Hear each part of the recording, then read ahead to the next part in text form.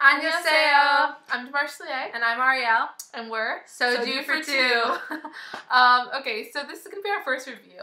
And it's going to be on Boys Over Flowers. Or Boys Before Flowers. Yeah. You know, and this is something you're going to notice. Like, a lot of Korean dramas, when they translate to English, there's, like, a lot of different titles. Yeah. So, and that can make it hard to find them. Just kind of look around on the internet for them.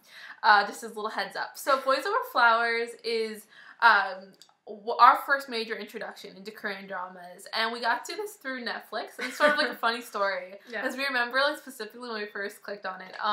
So when you see the image of Boys Over Flowers on Netflix, you will see guys in fur collars and like coats. Yeah, which is like funny for us because, like, you know, we're fashion people, and this was something we don't usually see men in fur coats. So we're first like, okay, what are we looking at? Yeah.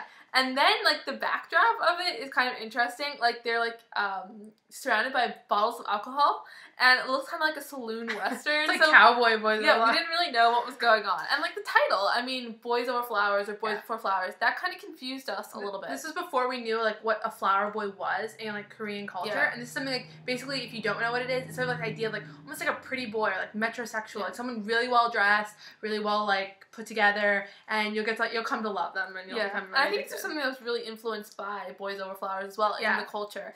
And I mean, we know Boys Over Flowers is not a strictly Korean thing at all. Actually, most of them are before this from different Asian countries. So there's the Japanese version, Taiwanese, which is the one I just finished watching actually, which is called like Meteor Garden.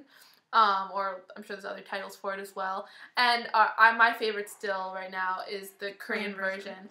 So this is one of the ones that we really love. My favorite character of all the Korean dramas I've seen is in this story. And mine is, I was definitely up there, but I'm not quite. It's not my favorite character, so we'll have an argument about this. Yeah, we always debate this.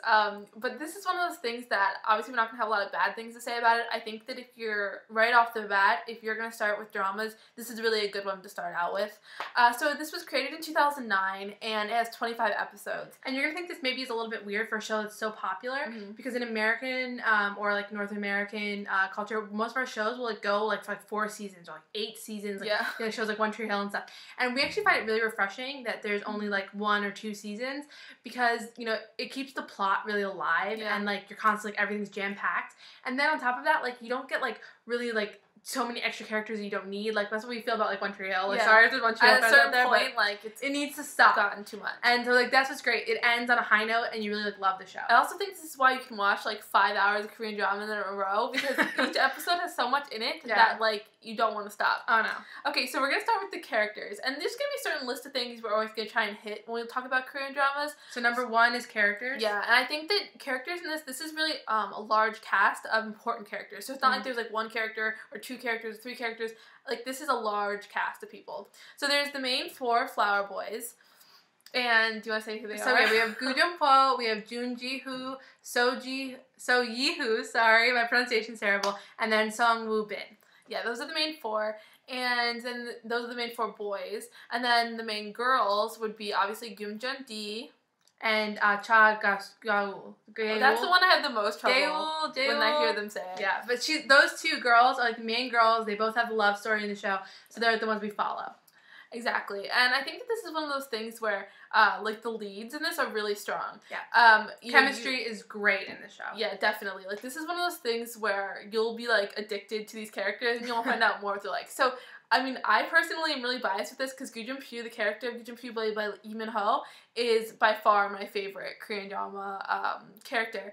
And I just think that, to give a little context, for me, this reminds me of, like, Wuthering Heights and Heathcliff, like, the character of that. So, sort of that, like, constant, really epic kind of love story, even though it's, like, doesn't seem like it, and it's, you know, this schoolboy kind of thing. But still, this is my favorite character, and I think a lot of people identify with this sort of love story with this one. Yeah, so, and then the number 2, as I just said a second ago, is chemistry. Yeah. So this, like, works on 2 different ways. Like, we have the ensemble cast that all works really well together, and you kind of really love, like, little characters, like the parents and the little brother, and then, like, you know, this, like, the friends. Obviously, the big 4 are great. So that's definitely one thing. And then we also have, like, you know, chemistry between, like, the leads. So, I mean, this show is so popular because, you know, Goo-jung-po and Gum-jun-dee are, like, awesome together. Yeah, and I think that Gyum-jun-dee, like, if we're looking from our perspective, she's such a strong character, and she, you know, that's the whole thing, she's like this sort of, like, just tough girl and kick ass is the way I describe it. She literally kicks his ass. Yeah.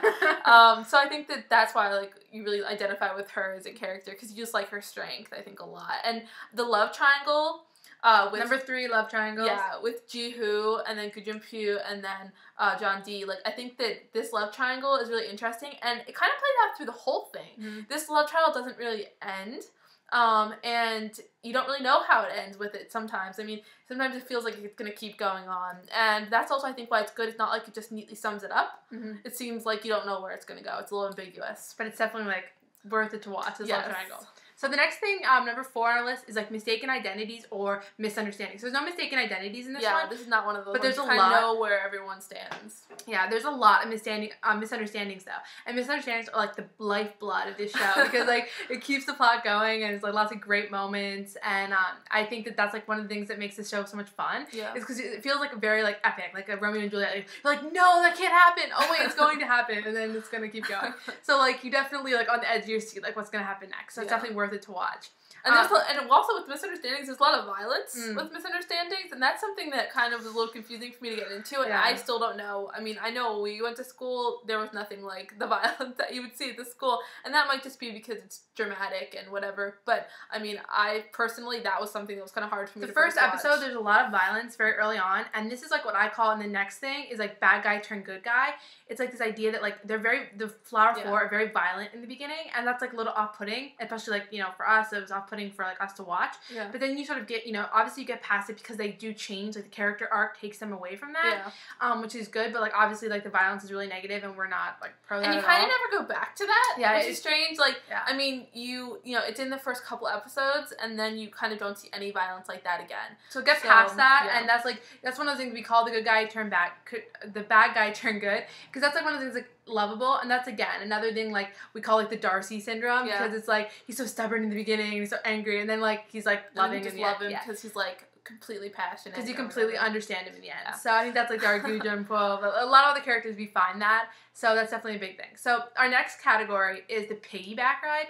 In this one we don't really have any piggyback ride, and you'll notice like this becomes popular in K-drama. So the piggyback ride, something that we found really fascinating because we've never gotten a piggyback ride in our lives, or like seen this really represented as like something that's like a romantic gesture. Encounter. But like also we have the piggyback ride, we have the back hug. We have the arm grab. Yeah, like just epically grab someone's arm. I mean, I've never seen this. I never thought this was a term of endearment, but apparently that's like epic. So this one does have a lot of like deadlift way holding. There's a couple of those.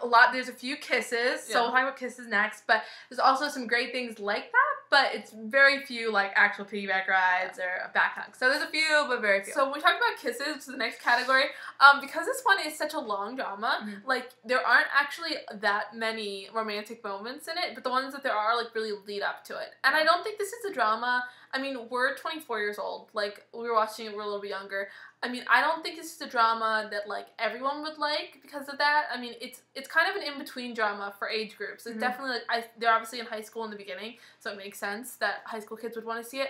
But, I mean, definitely not, like, we watched some that there's 30-year-olds and a little bit more, like, it's a little bit younger, but... Yeah, it's kind of an in-between age, I think. But there's still, like, you know, the romance is still there, and it's, like, a really classical romance, like, to the way this is playing out. And a lot, like, period pieces, if you like period pieces, like we've talked about. Okay, and the final category we're going to talk about is fashion. And this is one that's kind of unique to this one. I mean, this is the fashion drama we've seen. I mean, we've seen a couple other ones that have fashion as, like, a pivotal part, but for guys, this is it. It's huge. So we call it, compare it to, like, the Gossip Girl for, like, girls in America. Yeah. Like, this is the, you know, quintessential male, like, fashion show. That we've seen so far. I mean, I've seen a couple others that the men have a lot of really cool, interesting outfits. I mean, and there's nothing really like that. Like, I feel like here, as far as men's fashion goes at all, like, Boys Over Flowers. So, it gets an A+ for fashion. Okay, so generally, to rate this one, I mean, I think, like, for me, Gu-jun-pyo, like I said, my favorite character for K-drama, like, that is, like, tops for me. But I think overall, as a K-drama for me, I give this an 8.5. I think that, and we're like 8.5 piggyback rides. That's going to be our, like, measurement status. I don't think there's that much wrong with it. I just think, again, because I'm a little bit older, there are, like, some other storylines that I could imagine being put in that would just made it a little more adult. Like, not adult either. Like, I don't mean anything, like, bad by that. Just that, you know, the characters are really good. They could have taken other places for me. So that's why I give it an 8.5. I watch it all the time. I just kind of fast forward through certain parts of it when I want to like refresh my Boys Over Flower memory. Okay, I give it an 8 out of 10 piggybacks. I feel really similar to her. I love the characters, but there are a few other shows I love a little bit more, so that's why it gets an 8 for me. So that is our review of Boys Over Flowers, and please subscribe to us, and we'll review more shows for you. Bye. Bye-bye.